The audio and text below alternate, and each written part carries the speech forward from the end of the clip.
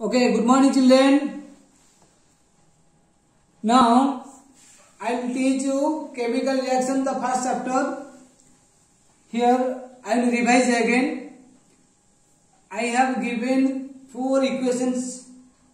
First one, magnesium ribbon reacts with oxygen, produces magnesium oxide.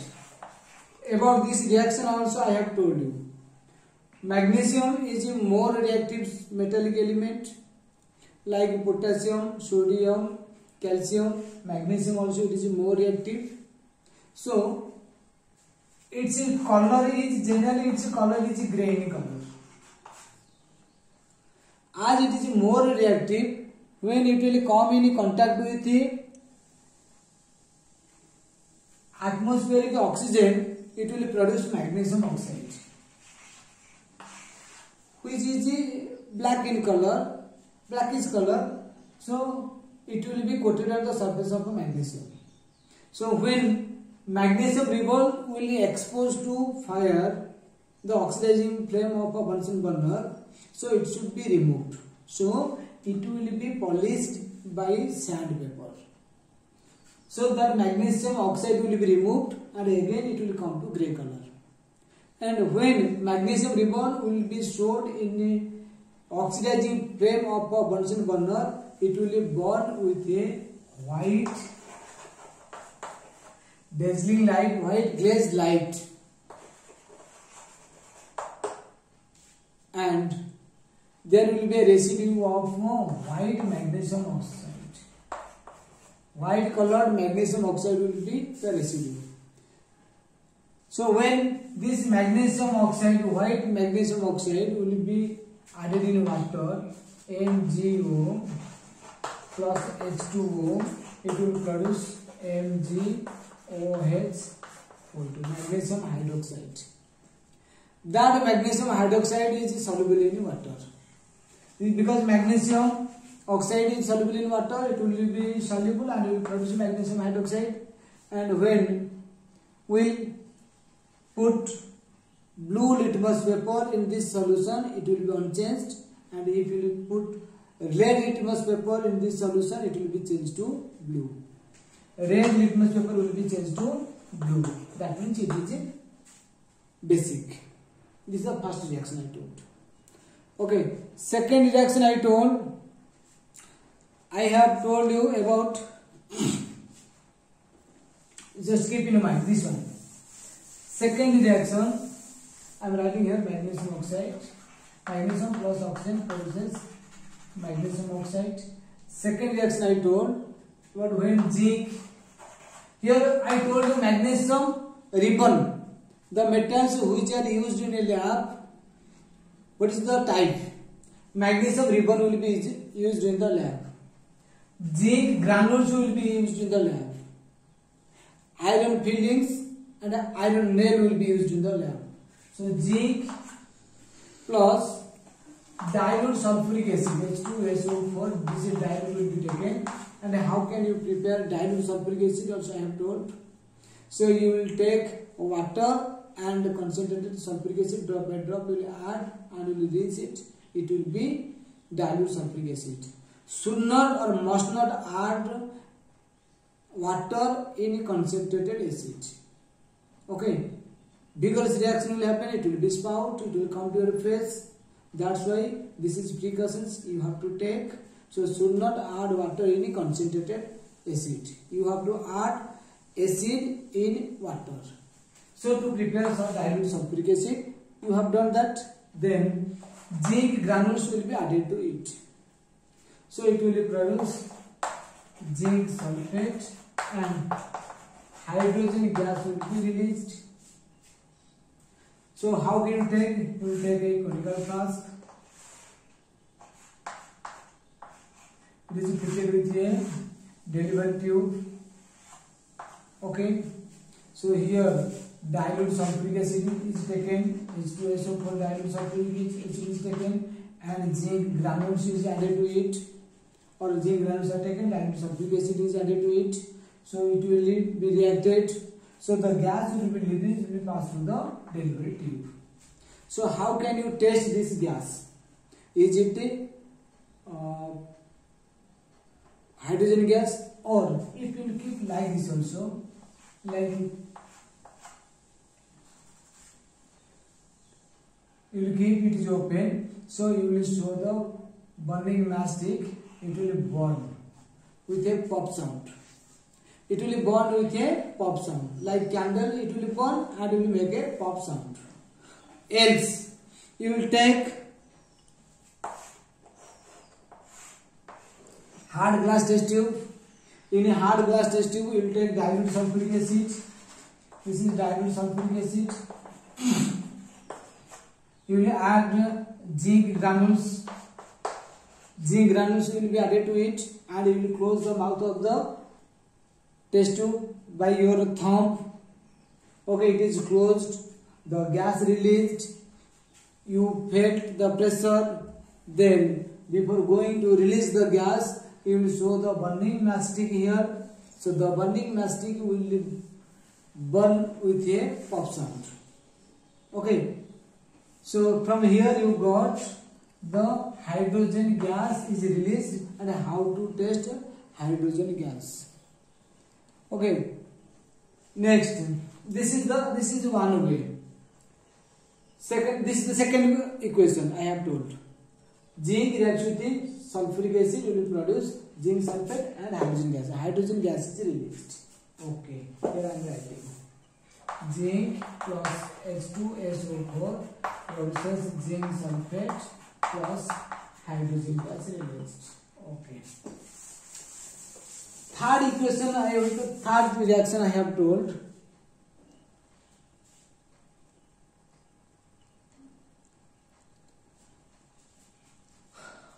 We have taken iron nail. Iron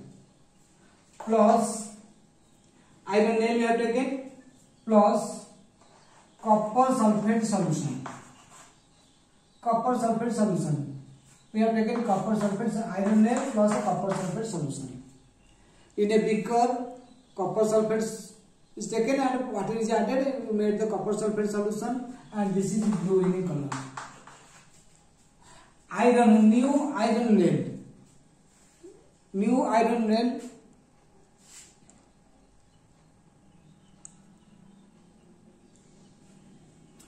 New iron nail is white in color when it is tied by a thread and it is dipped inside copper sulfate solution.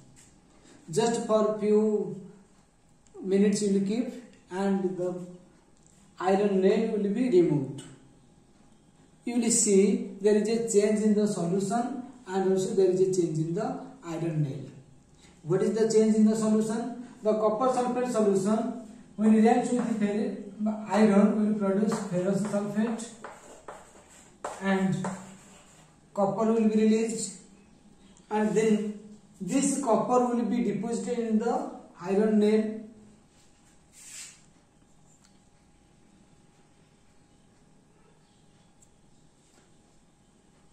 Okay, and you will see that there is change in the color of the solution. It will be changed to greenish color,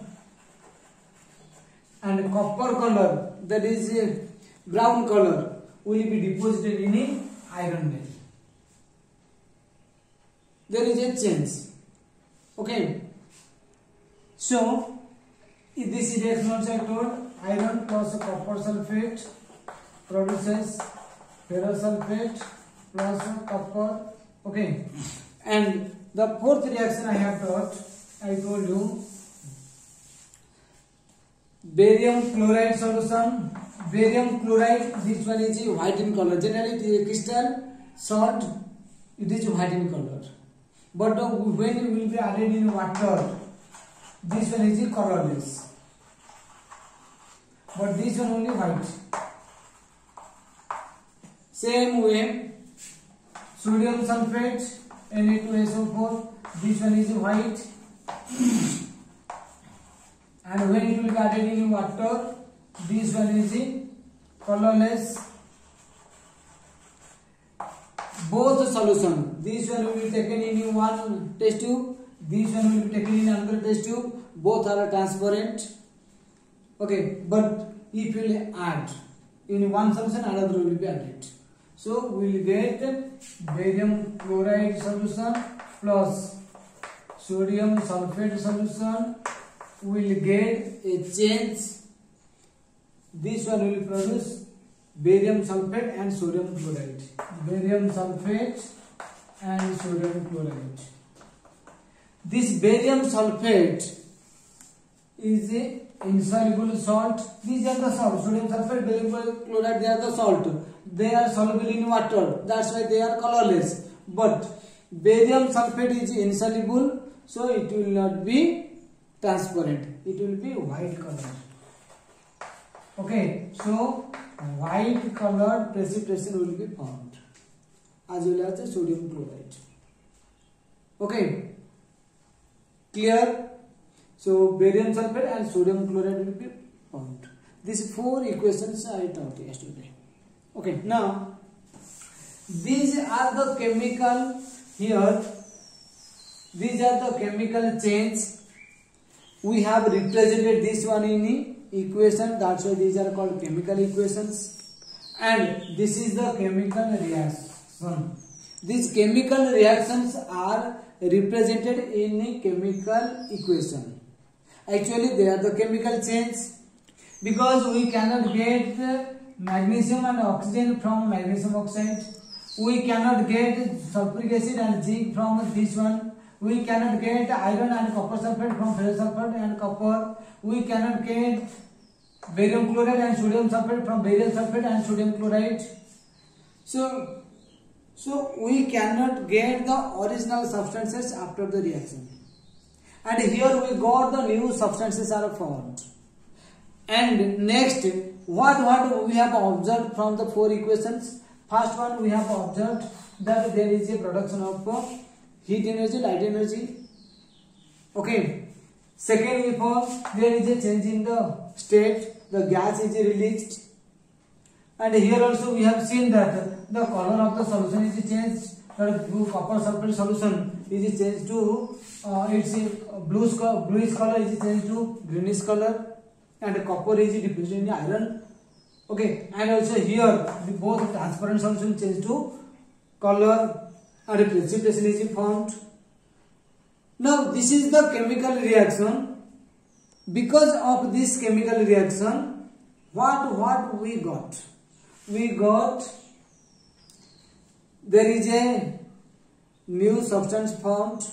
There is a formation of color. There is a formation of gas. There is a formation of new substance. That is the light energy is released. Heat energy is released. There is a change in the color. Precipitation formed. New substances are formed, and the new substances cannot be returned back to their original form. So now my question, you can say, what is chemical reaction? What is the chemical reaction? What is the definition of a chemical reaction, and what is the characteristics of a chemical reaction? Okay, I am saying, so this is the chemical reaction. There is the reacting substances form new substances with the different compositions and properties, and here this is the chemical change, and because of this a chemical reaction takes place. What is the definition? Then the definition is when one or sometimes one or more, why I am saying, let if it will react to PbNO3 whole 2, it will be heated. Then we will get PbO plus NO2 plus O2. Okay.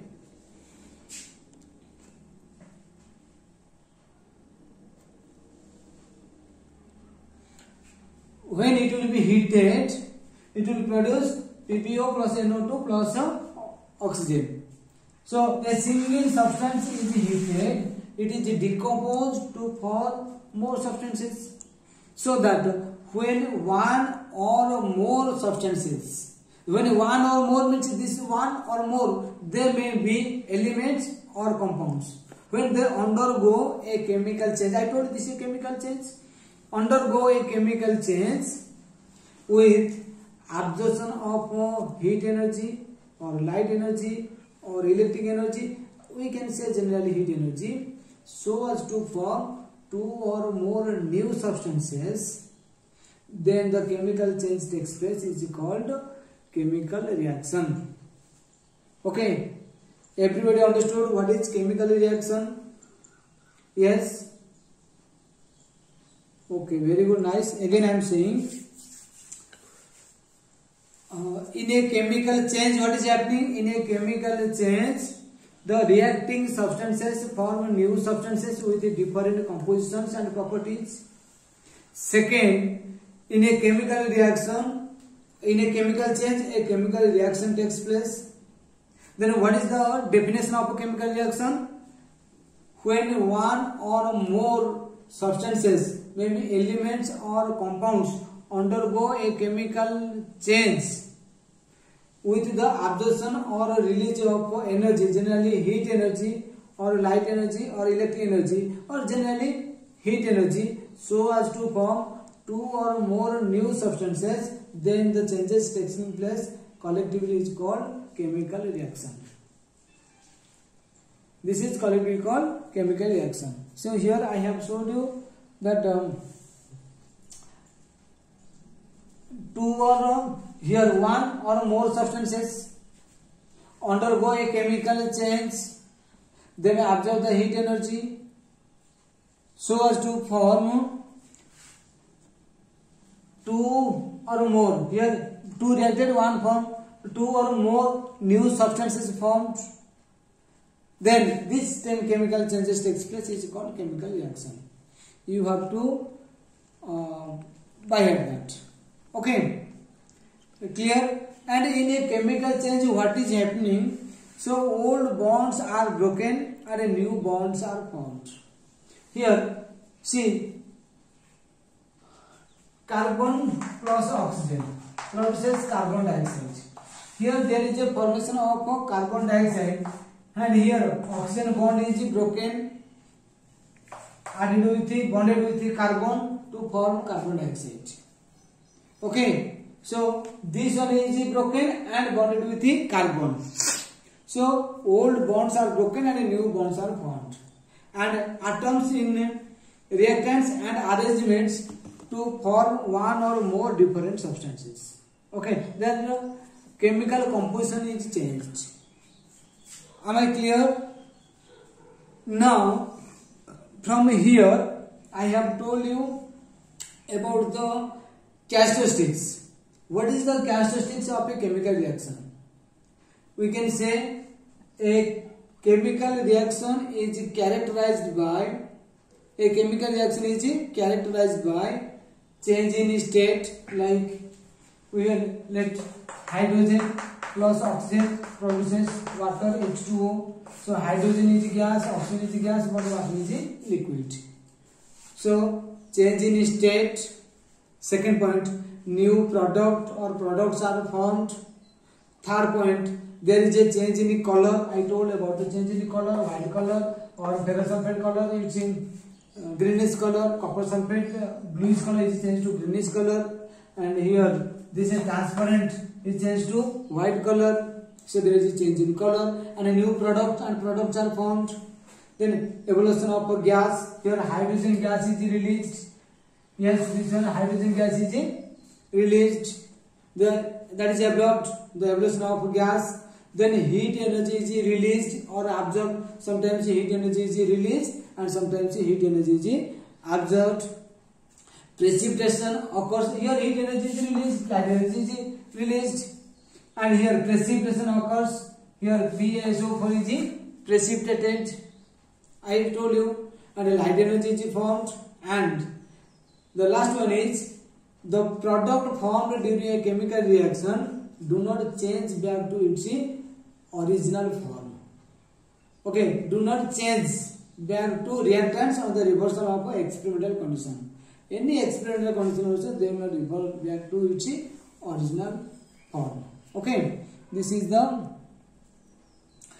characteristics of a chemical reaction. Everybody understood characteristics of a chemical reaction? I think everybody understood. Clear? Everybody understood? Okay, thank you. Next, a chemical reaction represented in the form of equation that is called chemical equation.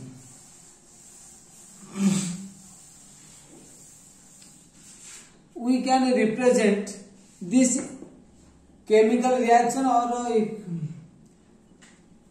in the form of equation. These are called chemical equations, and these are formed with the help of a symbol and valence and formula. In terms of a symbol, valence and formula. So two ways you can write. One is word equation, another one general equation, chemical equation. Okay. So what is the word equation? When the chemical equation which represents the chemical reaction briefly in words is called word equation.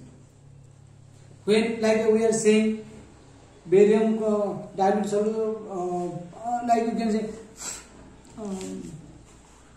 iron reacts with the copper sulfate solution, produces ferrous sulfate and copper. This is generally I told in the mouth, in a word I told. That is the word equation. If that one I will use by using the symbol, valence and formula, so that is the skeletal equation. Okay, so in words, generally when it is expressed in words, this is called word equation. But if I will use the symbol, valence and formula, that is the skeletal equation.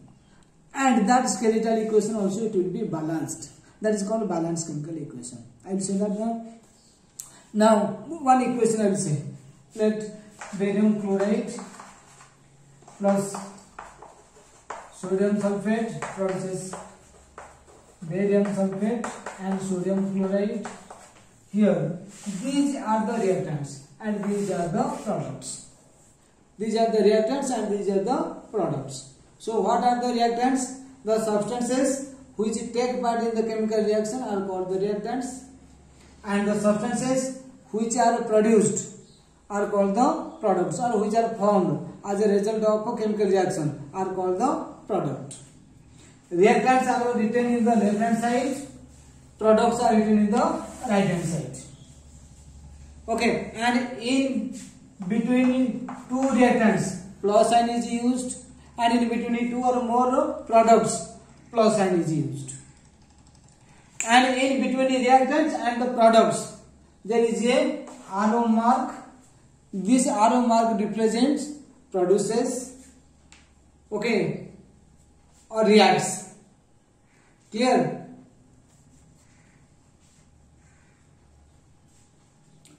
Everyone understood? And sometimes some symbols we are using in chemical equations, like for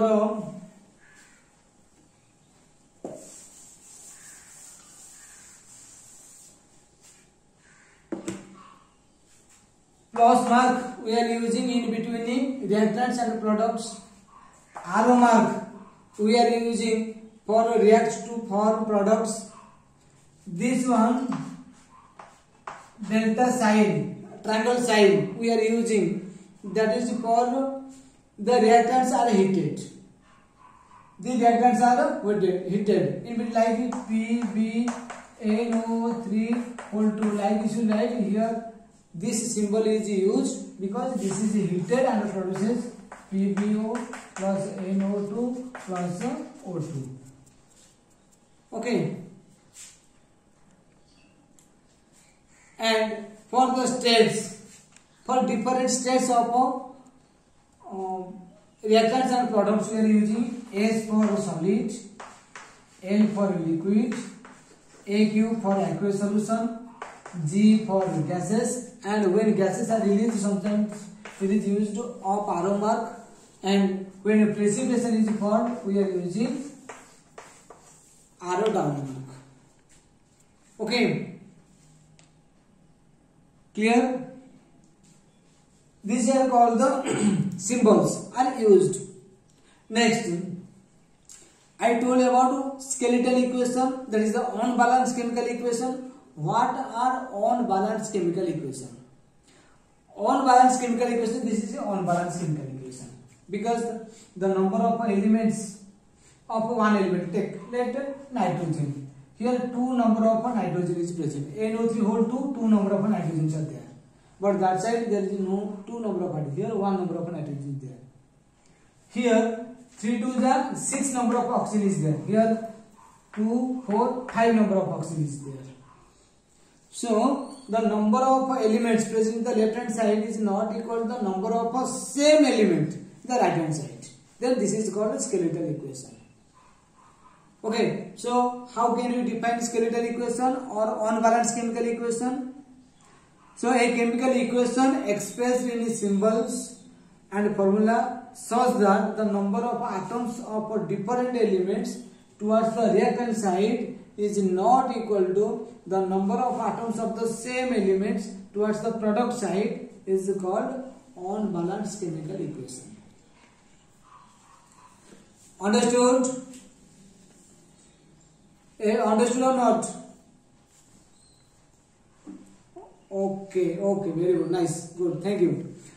Here the number of elements of any element towards the left hand side is not equal to the number of same elements towards the product side, then it is called unbalanced equation or a skeletal equation. So these chemical equations should be balanced. Why it should be balanced? Because to obey the law of conservation of mass. What is the law of conservation of mass? Mass can neither be created nor be destroyed in any chemical reaction. The total mass of the reactants before the reaction is equal to the total mass of the product after the reaction. So that is called, because to obey the law of conservation of mass, the chemical equations are balanced. This is the question. Why the chemical equations or unbalanced chemical equations are balanced? To obey the law of conservation of mass. What is the law of conservation of mass? Mass can neither be created nor be destroyed in any chemical reaction. The total mass of the reactants before the reaction is equal to the total mass of the product after the reaction. Okay, then what is balanced chemical equation? Same, a chemical equation in which the number of atoms of the each element towards the reactant side is equal to the number of atoms of the same element towards product side is called balanced chemical equation. Okay, so in the next class I will teach you how to balance a chemical reaction. Okay.